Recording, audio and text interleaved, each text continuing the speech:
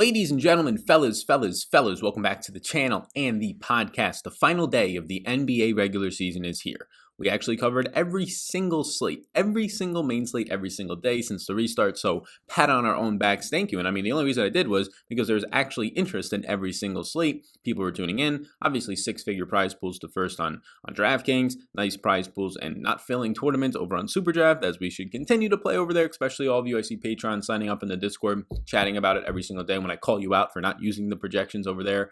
So that's good to see. But welcome. I hope you're all having a fantastic day. A nice, I would say, easy 4-game slate. Now, as I say easy, you look over my shoulder and you're like, Sal, there's like 25 names on your injury and status dashboard. Yeah, I mean, what you have today is an entire East, the East side, the Eastern Conference, that already has their playoff matchups. Nobody's moving. On the West side, I'm not 100% sure. Everything's set in stone in terms of the top and the bottom end of the West, but the Thunder, Rockets, and Jazz pretty much all have the same record. The Jazz has one more loss, so that's why they're actually going to be the 6th seed right now. So if the Rockets win today, they'll stabilize the 5th or the 4th seed, and if the Thunder win today, they'll stabilize just the 4th seed. So if the Rockets and Thunder both win, everything stays the same. If one of those teams lose, I'm not sure if they drop into the 6th seed then, which would have to play the Denver Nuggets. I'm sure the Rockets don't want to drop into the 6th seed and play the Denver Nuggets. I'm sure they like their odds better against the Oklahoma City Thunder. I would believe so, at least. And in the Thunder's case, I really don't know what they think at this point. I mean, unless Will Barton and Gary Harris are actually injured, I think they're going to be back for at some point in the first round of the playoffs. We'll have to see.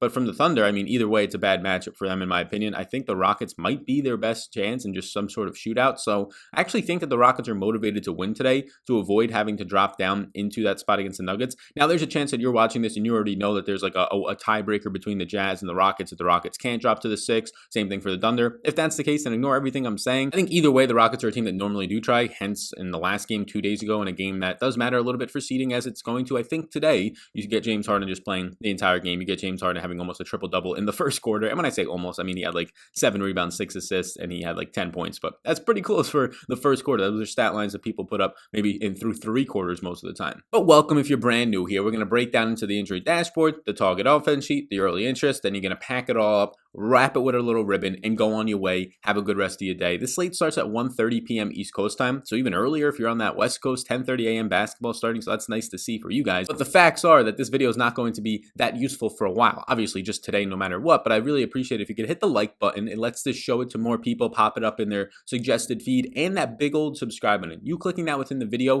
it allows it to show it to even more people, especially if you hit that little notification bell as well. But I really do appreciate that in advance. We're moving towards 25,000 subscribers as the NFL season is very, very close. I mean, 3 weeks from now, I'm going to start to produce NFL DFS videos, right? Not even 3 weeks from now, potentially. So this is very exciting stuff. I'm very excited for it. Please do all those things. It does help me a ton. And you could also leave a review and rate the podcast for a chance to get into a $50 raffle that happens weekly for one of the reviewers of the podcast. You can do that down below with a very good chance, maybe a 50-50 chance of winning this week if only 2 people review it. So you can do that down below in the description. Link to the podcast, The Sal Vetri Show. So now we get into the injury and status dashboard, and this is as of 6 a.m. East Coast time. So be sure if you're watching this at like 10 or 11 to not think that this is the final dashboard. 11 a.m. is when another injury report releases, so don't be shocked to see Kawhi Leonard ruled out or something along those lines, right? That's not currently on this list. You have to go and check it on your own just to make sure. And the injury and status dashboard is going to be brought to you always on this channel by SuperDraft. SuperDraft. $10 free upon deposit. And now for my users that are watching this with this code, the promo code SAL, S-A-L, my name, very easy, very short, quick to remember. Promo code SAL over there gets you $10 free to play with, but also they just added a 50% deposit match up to $1,000. You might be sitting there and going, Sal, I'm not adding $1,000 to this format yet. I don't even know about it. I'm never going to add $1,000 to something. I completely agree with you. That's fine. There's some high rollers that like to. That's why they have it. But even if you're just going to add $50 into there, you just got an extra $25 by using that promo code SAL and the $10 they give you. So if you just wanted to put $50 in, you're now sitting there with $85, $35 of promotional balance. But we can go even lower than that. If you just want to put $10 in, you get the $10 for free, and then an extra $5 now because of this. I've been asking them for more promotional stuff. We're sending them a lot of users because you guys are trusting my word, because I think it's a very good spot to be making money right now. Especially, I'll say it again, if you are a patron, you can sign up down below. I see more people signing up by the day right now. Projections will be updated throughout the day. Golf stuff will be on there as well. And then right into the NFL season, there'll be a ton of content for that as well over there. My exclusive content, projections, rankings, all that stuff. Even more podcasts, all that stuff is going to be over there depending on the sport. You can check it all out down below, but another feature is that I do have super draft projections for the NBA. There's 300 plus of you over on Patreon right now. If you are playing the NBA DFS and you are not playing over on super draft and using those projections, you are just missing out on honestly free money. Some guy is now on a heater winning 11 out of 12 slates. And yes, that is very, very possible because these slates are only closing at 80% full. And if there's slates closing at 80% full in DraftKings, it would be like a miracle. It would be like a headline. So be sure to check out Superdraft, promo code SAL, the 10 free dollar Rooskies, and then you'll get a 50% deposit match up to $1,000. So even if you just put in that minimum, you're not going to start with $10. You're actually going to start with $25 now. So be sure to check that out. So starting with all the news, we're going to go team by team here. You can see it's a long list, so bear with me. But Gary Harris and Will Barton, they haven't played yet in the bubble. Seems like they're not going to play. Well, they're definitely not since it's the last game. They're going to be out. And I would keep an eye on this because Denver doesn't have anything to play for. And in the last game, Denver, when they actually got into the second half, it was a close game. The game was actually pretty much tied against the Clippers, and Denver pretty much opted to just sit their starters for the final fourth quarter. And honestly, a little bit more than that. Every single starter except for Nikola Jokic got pulled in the third quarter, and Nikola Jokic didn't step on the court in the fourth quarter. And that was a game the Nuggets were leading by a point or two heading into the fourth, so you can't throw the blowout narrative out there. So that's a concern. That game, you only got Jokic playing 28 and a half minutes, which is pretty decent for 3 quarters of play. But then the rest of the starters, Jamal Murray just 23 minutes, Michael Porter Jr. just 25, right? You get guys like that, Paul Millsap barely playing minutes in 23 minutes. So that's where your concern comes in. I don't know what to do with Denver today. There's nothing for them to play for. They're locked into the 3 seed. They're playing the Clippers today. Even if they beat the Clippers, they're still behind them for the 2 seed. So they're locked into the 3 seed at this point. They weren't playing starters in a game in the previous game when they were winning and they could have won both games and the Clippers lose both games and then they're locked into the 2 seed. So now there's absolutely nothing to play for. They already sat their starters in a game where there was nothing to play for pretty much in the last game for a quarter to a quarter and a half. I'm not too sure I trust them playing their starters the entire second half. I'm not too sure we don't get news later on today that Jamal Murray is out, somebody who's dealt with injuries throughout this playoffs. Michael Porter Jr., who's been playing huge minutes, he's out, things like that. Oh, Millsap, an older player, takes a seat, right? So we're going to have to see. If they don't list any of these guys out, any of these starters out, I'm not going to have interest at their current price points. I mean, maybe you like Nikola Jokic and thinks he plays 26 to 30 minutes in 3 quarters and you think that's enough to pay off this tag, or you just think that 45 pure points is enough on this slate if you think Harden doesn't get full run or something like that. I think that's fine to maybe play around with at low ownership, but there's not much here that I really want to target if they're not going to get huge run. You saw Jeremy Grant play 28 minutes off the bench. That's something that I would start to target. Mason Plumlee at the least is probably going to play 16 to 18 minutes if Jokic gets normal run. If Jokic only plays one half, Mason Plumlee is going to be pushing towards 24 to 25 minutes. Plumlee's a very good fantasy point per minute producer, so that's where I would probably look. Guys like Mason Plumlee, you saw PJ Dozier see over 20 minutes off the bench, so their bench is more so where I would look for Denver as opposed to their starters.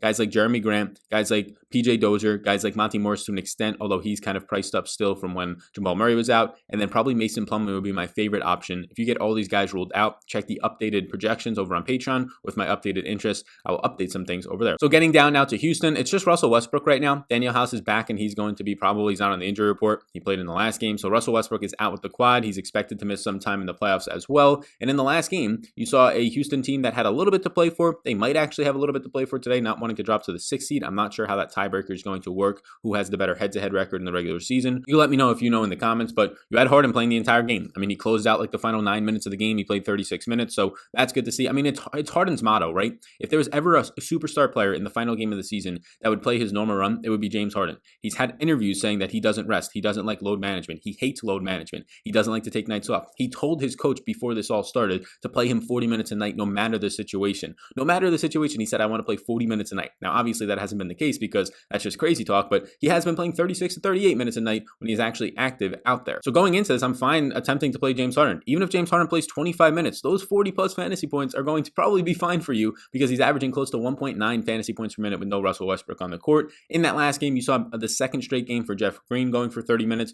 You did see a guy in Eric Gordon come in and play his 20 minutes. They want to limit him from 20 to 25 minutes. I think he might see a little bit more run. It's actually important to clarify that in the last game, you did not see Daniel House actually play. I think I said that he played earlier. He didn't play. So if Daniel House comes in now and adds into like mid-20s or so, that's going to affect the 30 minutes of play Austin Rivers played. That's going to affect the 28 minutes of play Ben McLemore played. I think it's going to push a lot of them down. So Jeff Green looks like an okay option who might be independent of that at the 4 a little bit, who might be pushing towards 28 to 30 minutes. Price points coming up though. It's really just James Harden here because I think the rest of these guys are going to cannibalize each other's minutes enough. Jeff Green I will look at to an extent. Maybe Austin Rivers since Russell Westbrook is still out. But if everybody now that Daniel House is back is going to be in the rotation, and that's an extra 20 to 30 minutes coming into the rotation, it's going to have to take minutes off of other players. Especially if Eric Gordon goes from 20 to like 25 minutes tonight, which is in the range of his recent minutes limit update. update. For Indy, a lot of guys are going to be out for Indy. You have no Miles Turner, no TJ Warren, no Victor Oladipo. Malcolm Brogdon is going to be questionable, and Goga Bitadze is going to be questionable as well. So in their last game against Houston, they didn't have a lot of players, so it's really hard to judge what they were going to do, but they did let their starters kind of run the whole thing out. Oladipo played almost 38 minutes. He played 37. You had Miles Turner play about 28 minutes, and he dealt with a little bit of foul trouble. Aaron Holiday, who's a guy who usually plays a lot of minutes, only played 25 minutes, and a lot of that had to just do with Aaron Holiday sucking. I mean, if you played him in fantasy, I somehow still cashed in a lot of my contests that night, even though he got like 7 fantasy points, because that's how bad the slate was, and that's how highly owned that he was. So, I mean, if you think that they're going to let their starters just run out there yet again and do what they're doing, I don't really know if I believe that's true, because there's absolutely nothing to play for. They're locked into their seating. But if you think that's the case and Malcolm Brogdon plays at $7,400, he's not a terrible play. I just don't think it's the truth. I don't think it's going to be happening. So I'm fine going right back to Aaron Holiday, who I think if he actually just hits his shots, plays over 33 to 34 to 35 minutes. Doug McDermott played 24 minutes in the last game, and that was with Oladipo and Miles Turner playing, so there might be even more room for him to see closer to 30 minutes. I like TJ McConnell a good amount, who played 22 and a half minutes in the last game with no Oladipo, 37 minutes now to go around. Again, it's going to be important to track Brogdon. If Brogdon is in, even if he's starting, you have to give him at least 20 to 25 minutes, I would imagine, and then obviously there's the upside for him to play his normal run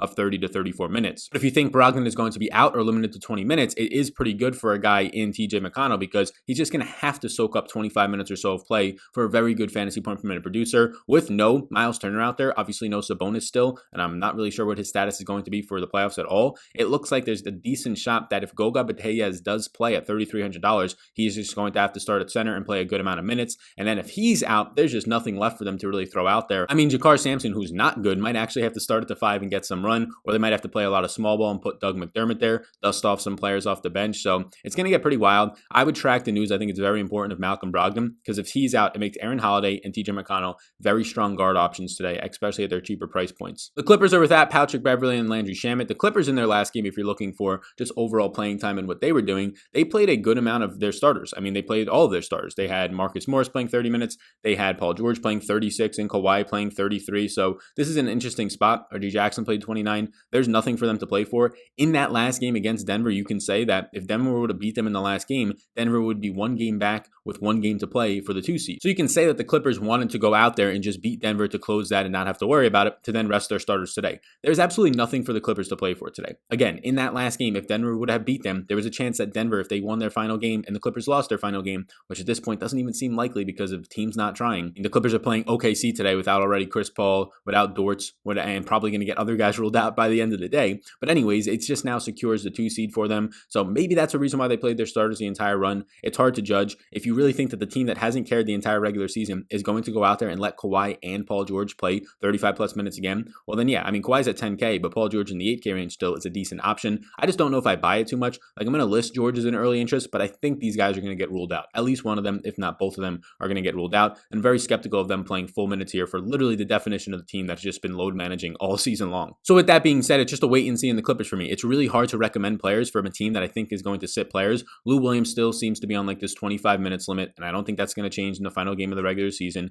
If guys start to get ruled out, that's where you start to see guys like Patrick Patterson come into play, Rodney McGruder, not the best type of fantasy per minute guys, not the best type of players in general. Joakim Noah maybe gets dusted off depending on if Zubac goes out there and plays. I think Zubac is pretty secure for 20 to 24 minutes if that's somewhere that you want to go. Marcus Morris played 30 minutes again, but he's not the greatest fantasy point per minute producer unless Kawhi and or Paul George are off the court. And then if you think he gets those minutes, he seems decent. But right now, this Clippers team is very unappealing. I think all their starters are priced at a spot where even if they play their normal run, I don't love them, and I'm not even convinced that they get that. I lean on the side that they get half run or they just sit. And at that point, maybe JaMychal Green, maybe Rodney McGruder, if they're going to get enough minutes, stand out. We just have to wait and see on their status for this game. Right now, I don't have an interest in really any Clippers outside of maybe Paul George if you told me he got another 30 to 35 minutes of play. Miami is sitting everybody, and I'm trying to give you an idea of what they did in their last game because every single one of these teams, it was a 4-game slate 2 days ago, did a very similar thing in sitting players, and you got to see who played the second half of games, so it's helpful. So this is going to be a more extended version of the injury and status dashboard. If you're just saying, why is he going so long through these players? I want to give you an idea of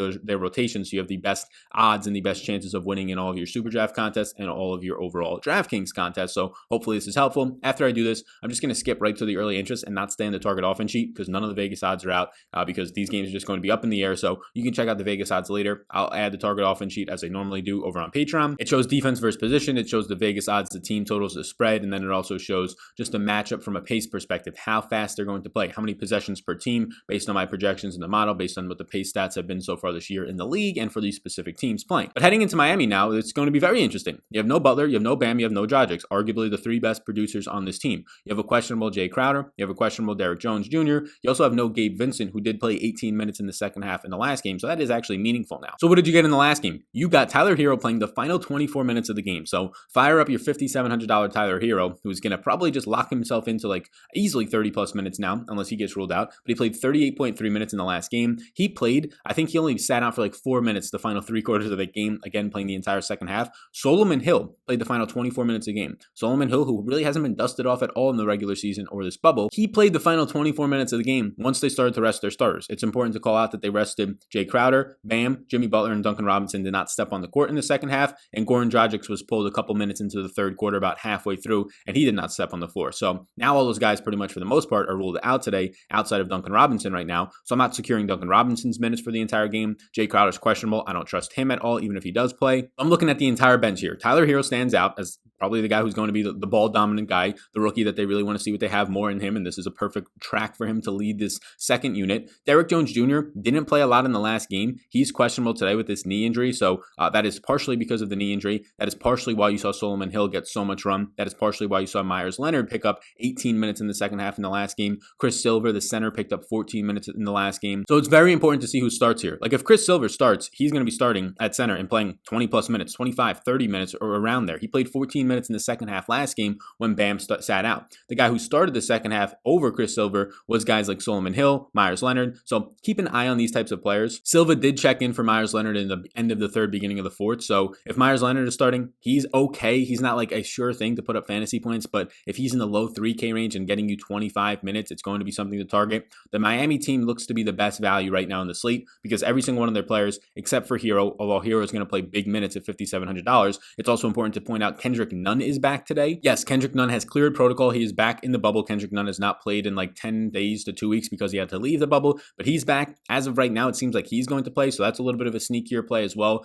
Kendrick Nunn is probable from leaving the bubble at this point. He's a guy who on the season is averaging 30 minutes per game. So if you think Kendrick Nunn plays his normal run, 30 plus minutes, Tyler Hero plays 30 plus minutes, those are decent mid-range options to target, and then all the guys off the bench become very appealing depending on who starts this game. I think I have interest depending on who starts. If it's Derrick Jones Jr., I have a lot of interest in Solomon Hill and or Myers Leonard if they start. I have interest in Kelly Olynyk to an extent, although it's important to call out that Kelly Olynyk only saw about his normal run of 10 minutes in the second half when all the scrubs were seeing a lot more runs, so he might not be that stable for minutes either. So keep an eye on it. Chris Silva, Myers Leonard, Solomon Hill, all these scrubs are firmly in play depending on who starts today for the Miami Heat. If you get these guys who are questionable and Jones Jr. and Crowder ruled out, they're going to just have to soak up bigger minutes. OKC is without Dort and Chris Paul. We kind of touched on this to an extent, but it makes it really difficult to like OKC in a similar situation to what you're seeing with a lot of these other teams. OKC in a game where they were trailing by a decent amount did pull their starters in the third quarter, entering into the fourth quarter. I mean, you saw no run for Steven Adams, SGA, Gallo, and Chris Paul in the fourth quarter. They all pretty much sat. Now Chris Paul's ruled out. You have price points that are kind of hard to reach if you don't think you get full run for SGA. If you think you do get full run, which again, there's really not too much reason for them to be going out here and gunning it, well then go ahead and play SGA if you think he gets full run. I don't really want anything here. SGA would be the only starter I'd consider if you think you're going to be getting, 32 plus minutes out of him. He only played 25 in the last game, didn't step on the court in the fourth quarter as the game started to get away from the Thunder. And then the guys off the bench just aren't good fantasy point per minute producers. I mean, you have Darius Bazley, who's now priced up. If he was still 3 or 4K, I'd say okay, right? We've seen him pop off a couple of times, so that's a decent option to look at. We can say the same things for Mike Muscala. We've had some Mike Muscala nights and Bazley nights in this bubble because of guys being ruled out. So keep an eye on the OKC starters. I can definitely see us getting an SGA, a Steven Adams, and these guys ruled out later on. If Steven Adams is ruled out and Nerlens Noel starts, well then obviously everybody just go play Nerlens Noel for his 25 minutes of a smash night. Diallo is probably the one bench player that I think is the most appropriately priced. I probably prefer Diallo over Bazley at this point for like a $1,200 savings savings for a similar fantasy point per minute producer, in my opinion. Maybe Bazley a little bit better, playing closer to the rim, but at this point, OKC also looks like a wait and see what their starters look like. There's a very good chance Adams gets ruled out, Noel is in, and it looks like Noel night, and you just go from there with OKC. So we're going to have to wait and see if they take out anybody else. Right now, they just have ruled out Dort and Chris Paul. Nobody else is questionable as of now. For the 76ers, this is another team that's probably a stay away from me right now. There's some spots that we can target, like a Mike Scott, I think is a cheap price point. If indeed you get Alec Burks to play today, he looks okay. Even if Alec Burks is in or out, Raul Neto looks at least decent. Plays 25 and 27 minutes in the past 2 games, gets over 30 fantasy points, so that's decent. You have Joel Embiid questionable, who just didn't play the second half last game, so he's not on my radar. I don't expect him to play more than a quarter to a quarter and a half today. You have Glenn Robinson the third questionable. That actually is impactful. If he's in, you would expect him to play maybe around 20 to 25 minutes. If he's out, once again, Korkmaz pushes towards 30 minutes. Thibault pushes towards 30 minutes. Mike Scott pushes to the mid-20s. Those types of things if you're not going to have an extra 20 to 25 minutes in the rotation. So again, it's wait and see for the Sixers as well, but as of right now, I can tell you that I don't think their starters, Tobias Harris, Al Horford, especially at their price points, I don't expect them to play any extended run. In the last game, you saw that Tobias Harris, even in a game that was close, pretty much tied, Tobias Harris and Al Horford did not step on the court in the fourth quarter. Al Horford got pulled minutes into the third quarter, so I don't expect these guys to get any run. Right now, Raul Neto and Mike Scott look decent to me. If indeed Alec Burks plays this game, there's a chance that he becomes just a guy who gets his limited minutes. He's right on the borderline of the role in rotational players of, is he going to get 30 plus minutes and just be the guy who leads this offense, or do they value him enough, and they have been as of late, as he's been playing 26 to 28 minutes and closing out some of these games, do they value him enough to just keep him at that 18 to like 24 range where Al Horford and Tobias Harris were at the last time? That's the risk. So I'm at least somewhat interested in Burks if he plays. If he doesn't play, Raul Neto looks fine. If he doesn't play, Mike Scott looks okay at the price points. Then you can take shots on Thibault. I probably wouldn't. And Korkmaz, that's a decent one to take shots on if you wish. Toronto, another hard team to really pick apart today. Toronto's a team that in the last game, they ended up beating the 76ers by 4. They pulled all their starters as well, so I don't really have much interest here. All of their starters got pulled in the third quarter of a game where they were actually leading. So again, this is them just sitting their starters.